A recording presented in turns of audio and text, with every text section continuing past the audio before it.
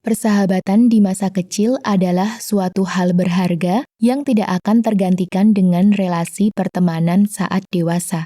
Stand By Me adalah film bertemakan masa coming of age yang pasti akan menyentuh sisi kanak-kanak dalam diri kita. Film ini mengingatkan kita akan persahabatan yang murni berdasarkan rasa persaudaraan dan kesetia kawanan. Sebuah bentuk persahabatan di mana hal yang paling penting adalah kumpul dan menghabiskan waktu bersama.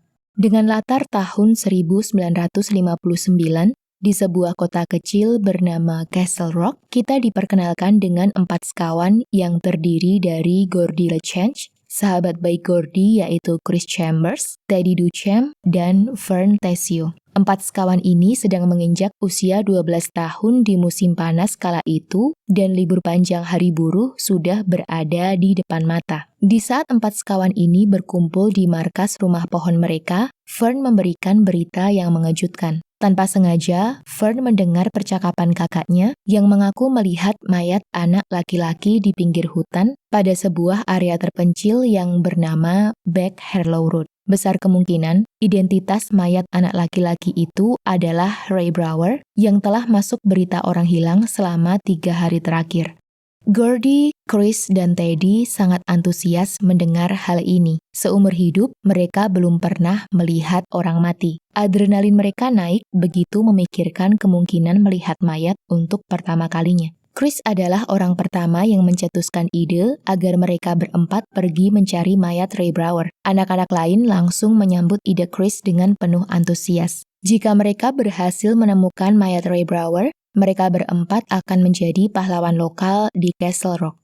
Dengan berbekal rasa penasaran serta angan-angan untuk menjadi terkenal, keempat sekawan ini memulai perjalanan mereka menuju Back Harlow Road. Misi mencari mayat Ray Brower terdengar cukup mengerikan, namun rasa ingin tahu keempat anak ini mengalahkan ketakutan mereka.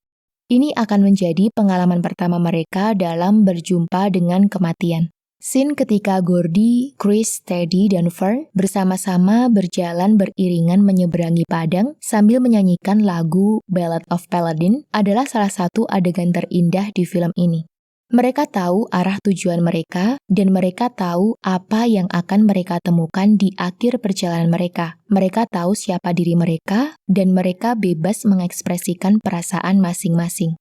Dalam perjalanan ini, tidak ada orang tua, tidak ada saudara, tidak ada guru, tidak ada siapapun yang bisa mengatur dan membatasi diri mereka. Bagi keempat anak ini, kebebasan yang mereka rasakan kala itu adalah sebuah hal yang agung, tidak ternilai, dan tidak tergantikan. Mereka berjalan menyusuri rel kereta selama 2 hari penuh. Dan selama 2 hari itu, keberanian, kekuatan fisik, stamina, dan kesetia kawanan mereka akan benar-benar diuji.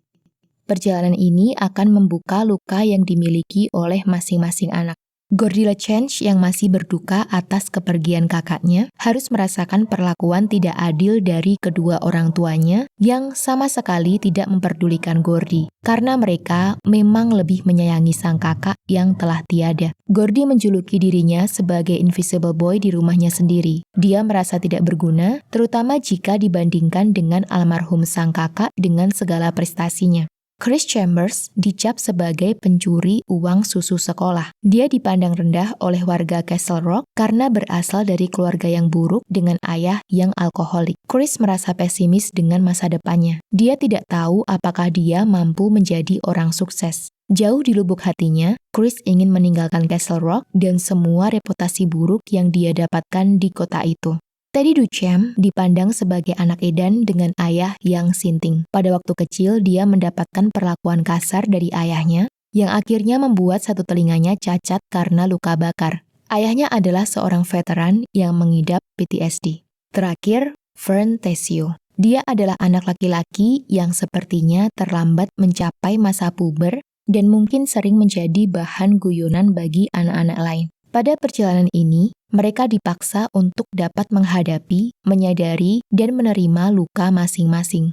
Lebih dari itu, mereka diuji agar dapat melihat nilai dalam diri mereka yang melampaui berbagai cap dan opini negatif dari keluarga dan orang-orang sekitar. Tanpa disadari, misi untuk mencari mayat Ray Brower ini justru menjadi spiritual awakening bagi 4 anak tersebut. Perjalanan ini adalah sebuah momen monumental penting yang mampu mengubah sudut pandang mereka terhadap kehidupan. Mereka ditantang untuk dapat mematahkan keyakinan buruk yang tertanam dalam diri masing-masing. Dan akhirnya, mereka dipaksa untuk menjadi lebih dewasa dengan semua pembelajaran yang mereka terima. Stand By Me diadaptasi dari novela karya Stephen King yaitu The Body dan berhasil menjadi film adaptasi terfavorit bagi novelis kawakan tersebut.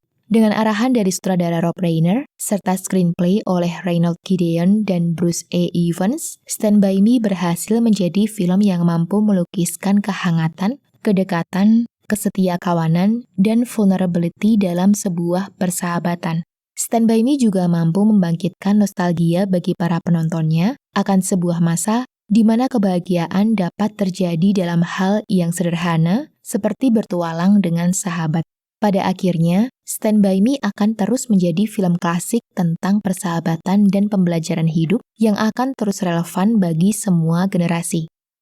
And that's it for the review today. Apakah ada di antara teman-teman yang sudah pernah nonton film ini? Gimana menurut kalian? Silahkan share pendapat teman-teman di comment section. Akhir kata, terima kasih untuk atensi teman-teman pada review Stand By Me kali ini. Sampai berjumpa lagi di review movie and story selanjutnya. I'll see you later. Bye!